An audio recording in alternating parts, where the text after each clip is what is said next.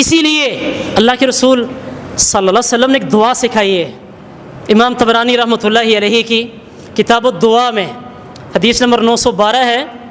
اللہ کے رسول دعا سکھایا کرتے تھے، لوگوں دعا کیا کرو، اللہم سلمنی من رمضان۔ میں پوری دعا پڑھتا ہوں، غور کیجئے گا۔ اللہم سلمنی من رمضان، اے اللہ مجھے رمضان سے بچا کے رکھنا، اے اللہ مجھے رمضان سے بچا کے رکھنا۔ میں بالکل اپنے ہوش و حواس میں عربی کے الفاظ کا بالکل صحیح ترجمہ کر رہا ہوں، اے اللہ مجھے رمضان سے بچا کے رکھنا۔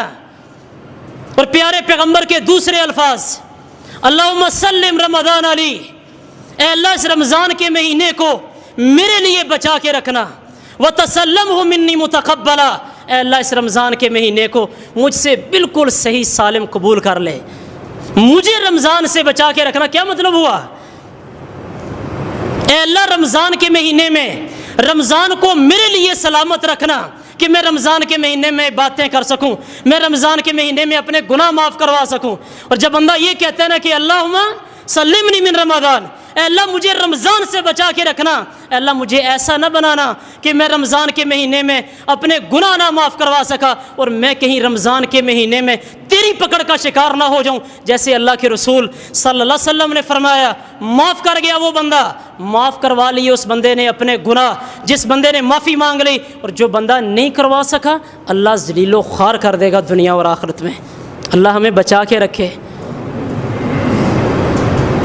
اور دوسری بات بھائیو، آج کے اس میڈیا کے دور میں ہر بندے کے ہاتھ میں ٹچ موبائل ہے، اور یہ حدیث آج کے اس دور پہ بڑی پوری طرح فٹ آتی ہے۔ بچ کے رہیے گا رمضان کے مہینے میں، کہیں اللہ رب العالمین اتنا بڑا اجر ضائع نہ کر دے۔ امام ابن ماجہ رحمۃ اللہ علیہ کی سنن میں اللہ کے رسول صلی اللہ علیہ وسلم فرماتے ہیں، اللہ کے رسول فرماتے ہیں، ایک دن صوبان رضی اللہ تعالیٰ عنہ بیٹھے ہوئے تھے، اور صوبان رضی اللہ تعالیٰ عنہ کو اللہ کے رسول نے فرمایا کہ صوبان لأعلمن اقواما من امتی، صوبان میں ایسے لوگوں کو جانتا ہوں، میری امت کے لوگ ہوں گے۔ یہ بات کافروں کے بارے میں نہیں ہو رہی، یہودیوں اور عیسائیوں کے بارے میں نہیں ہو رہی، پیارے پیغمبر اپنی امت کے بارے میں کہہ رہے ہیں۔ فرمایا صوبان میں اپنی امت کے ان لوگوں کو جانتا ہوں، کل قیامت والے دن تہامہ جگہ سعودی عرب میں ایک جگہ ہے، فرمایا اس جگہ کے پہاڑوں جیسی نیکیاں لے کے اللہ رب العالمین کے سامنے پیش ہوں گے، فَيَجْعَلُهُ اللَّهُ حَبَاءً مَنْثُورًا، اللہ تعالیٰ ان لوگوں کی پہاڑوں جیسی نیکیوں کو اللہ اڑتا ہوا غبار بنا دے گا، اللہ مٹی بنا کے اڑا دے گا۔ اور نیکیاں بھی تھوڑی نہیں، پہاڑوں جیسی نیکی ہیں۔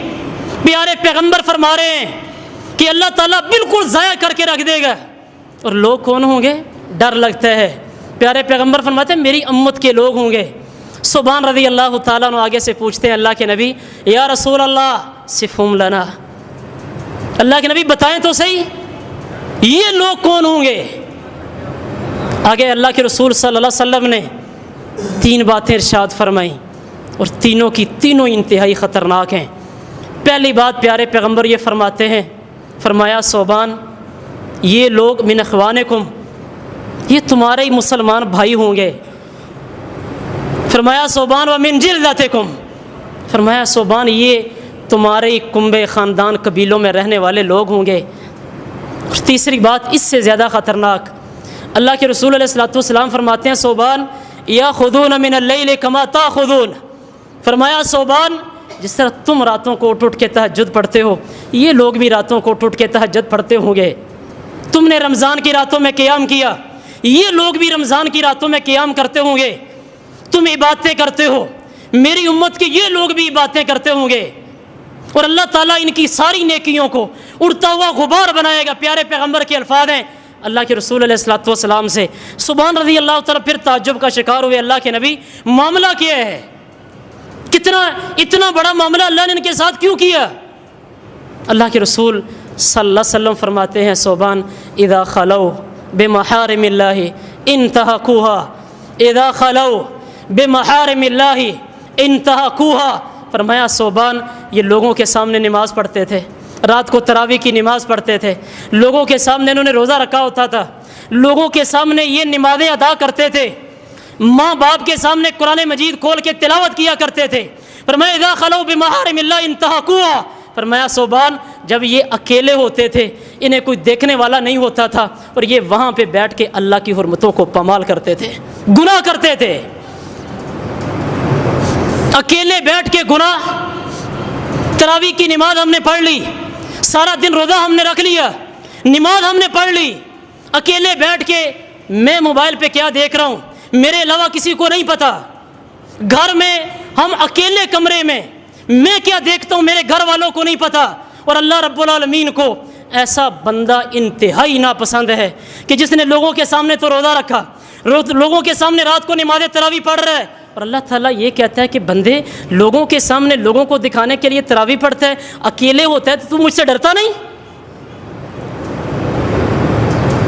اللہ تعالیٰ کی حرمتوں کو پامال کر گئے لوگ۔ رمضان کے مہینے میں اکیلے کمرے میں بیٹھ کے موبائل کا استعمال احتیاط سے کیجیے گا۔